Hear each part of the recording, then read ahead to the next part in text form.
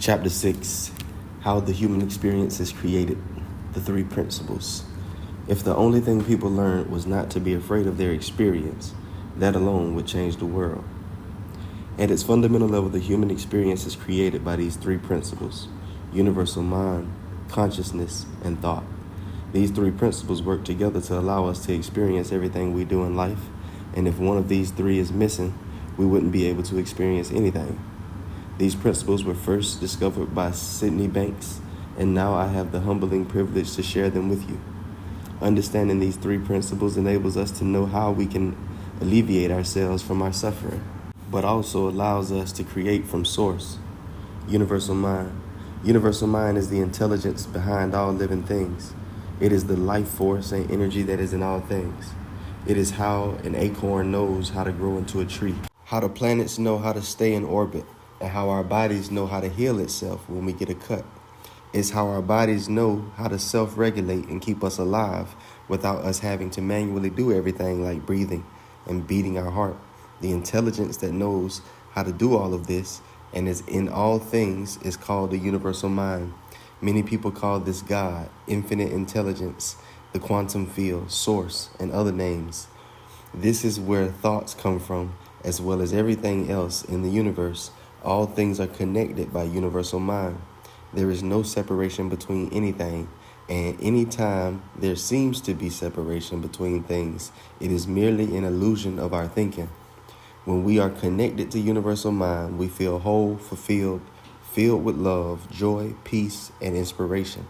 It is only when we begin thinking, believing the illusion or ego, that we block this flow of universal mind and begin to feel separated, frustrated, lonely, angry, resentful, sad, depressed, and fearful. Universal consciousness. Universal consciousness is the collective consciousness of all things. It is what allows us to be aware that we exist and aware of our thoughts. Without universal consciousness, we wouldn't be able to experience anything. Our five senses would have no use because there's nothing to be aware of. This is what brings things to life and makes them perceivable to us. Universal thought. Universal thought is the raw material of the universe from which we create from. It is our ability to think and create form from the energy of the universal mind. It's the object we perceive through consciousness. Without thought, we would have nothing to be aware of. Thought is like the DVD that contains all the information for us to be able to watch the movie on the TV. The TV and the DVD player is like consciousness. It allows us to have a mechanism to bring the information on the DVD to life for us to be able to watch and experience the movie. The electricity that's needed to power the DVD player and the TV is the universal mind, in the sense that it is the invisible energy force that connects and powers all things. It is the source from which everything can work and function. You say outlandish things like you were given the mind of Christ, but then you be gossiping about people and you be talking bad about people and picking on people that look funny.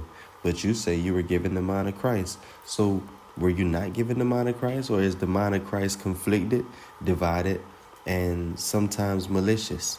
Remember, if your Father, your Creator's identity is not set and not defined by non-changing factual information, by truth, then you are in for a long roller coaster ride. You are in for many, many runs on the hamster wheel of life, because you are constantly going to struggle with your interpretations of what's in front of you, because the identification of your source and the identification of yourself are still in question.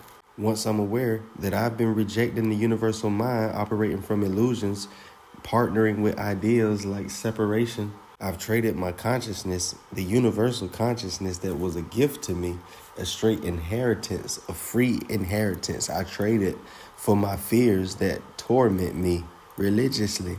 Our greatest issue is not the dysfunction that we develop in the darkness. It's the fact that we're so phony with ourselves that we won't allow ourselves to see it. It's the fact that it's so familiar to us that before anybody has the opportunity to try to check us and correct us on it, we're defending it and justifying what we know to be true about ourselves from experience. But if you were being taught how to read, And the person that was teaching you how to read told you that APPLE spelled banana. 10 years later, when you were in an English class and you were pronouncing APPLES as bananas, there are not only going to be some interesting facial expressions, someone's going to raise your level of awareness to the point of true factual information. Somebody's going to say APPLES spells apples. And you have two choices. You can fight and defend what is familiar to you, or you can do what probably won't feel good in that moment. Matter of fact, it's not going to feel good in that moment. You're going to have to abandon what you believe to cleave to truth. You're going to have to trash your creation. You're going to have to throw away what seems right to you that led to destruction for a greater way. What is that greater way? I am giving up this prison for peace and freedom. All our lives, we've done things to try to change where we are and what we were, and the best we've been able to do is transfer cell blocks. We remain in the same prison, and we're just issued new bunkies and a new cell. Same warden, same restrictions, same conflictions, same anxieties, same fears, all of it. And from our experiences, that is how we have learned to define true change. But true change is not changing the expression. True changing is not changing the decoration and the setting. True change begins on the inside. And it doesn't begin with me changing my thoughts from negative thoughts to positive thoughts. It doesn't change from me moving my emotions from negative emotions to positive emotions. To be real, you could try, but you'll spend the rest of your life falling short, because there will be things that pop up in front of you that disturb your process, and you'll begin to be a very petty, very unreasonable human being who requires or tries to require for everyone around them to participate in their healing process. I need you to be the best you so that I can be the best me. You sound crazy. If you are who you say you are, regardless of who I am being, you will be you. And we get so angry when people can see through our game. We get so angry when people don't accept our empty words. And we say that something is wrong with their ability to see. It's their ability to understand our intentions. Did you not hear the book? You were given the universal mind, but you've been operating from a lower expression, which is what? Your little personal tailor-made thinking that you developed as you wandered around in the darkness, looking for safety and watching for danger. This is what you must crucify. This is the ego that must die. This is the illusion that you are partnered with that causes you to constantly be distracted with truth and facts. This is the father of all the illusions that you hold on to and that you impose on others. This is the basis of everything that is wrong in your life. You were given the universal mind, so you don't have to do anything more than the acorn has to do to grow into a tree. You just need to be planted. You just need to stay firm. You just need to stay in place. You just need to be who you are. The thing that makes it easier for the acorn to develop naturally is it does not entertain other opinions about what it is, and it does not partner with the concepts that are presented to it or put before it. It doesn't get in a competition. It does not do anything to counter the natural development of its nature. Left undisturbed, it will grow into a tree. The same is said for you, and the same is true for you. Left undisturbed, you will grow into the kingdom expression that you are. You will grow into a full reflection of the kingdom of which you originated. That's what you were designed to be, a kingdom of the kingdom.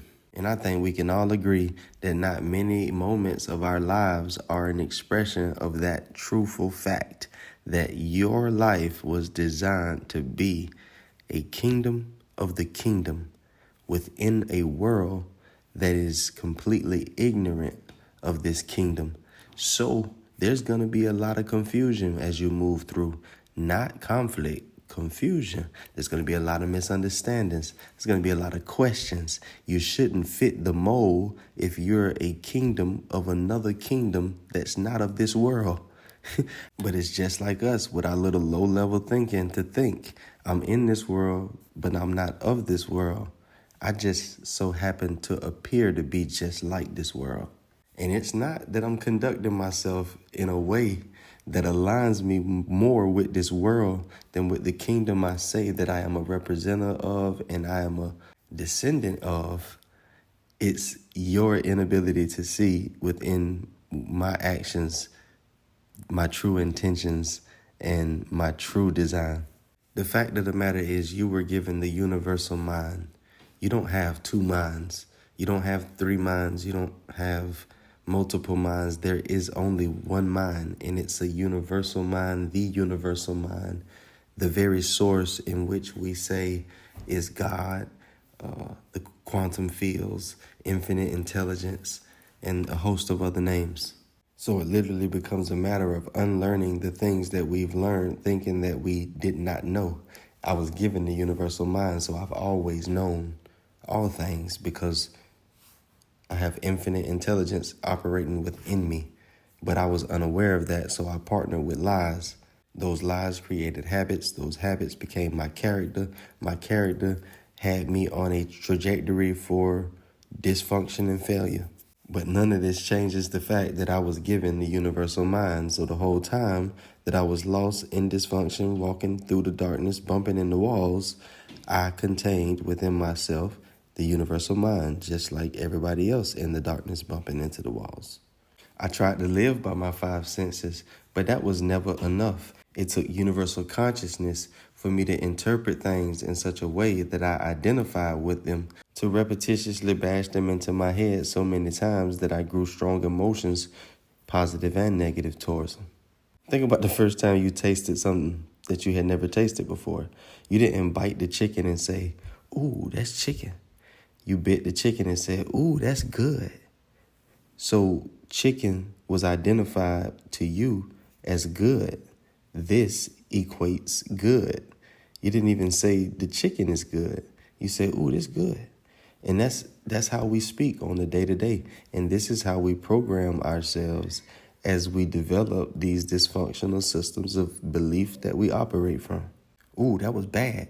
No, it wasn't really bad. That was a person expressing to you a truthful thought that they were carrying about you.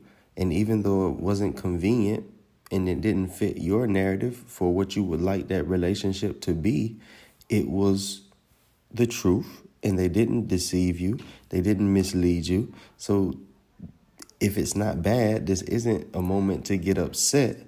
If it's a statement of truth meant to raise your awareness so that you can conduct yourself with the truth that has been presented to you, then this is something to be grateful for. See, changing the way you define things will change the way you react to what's being presented to you.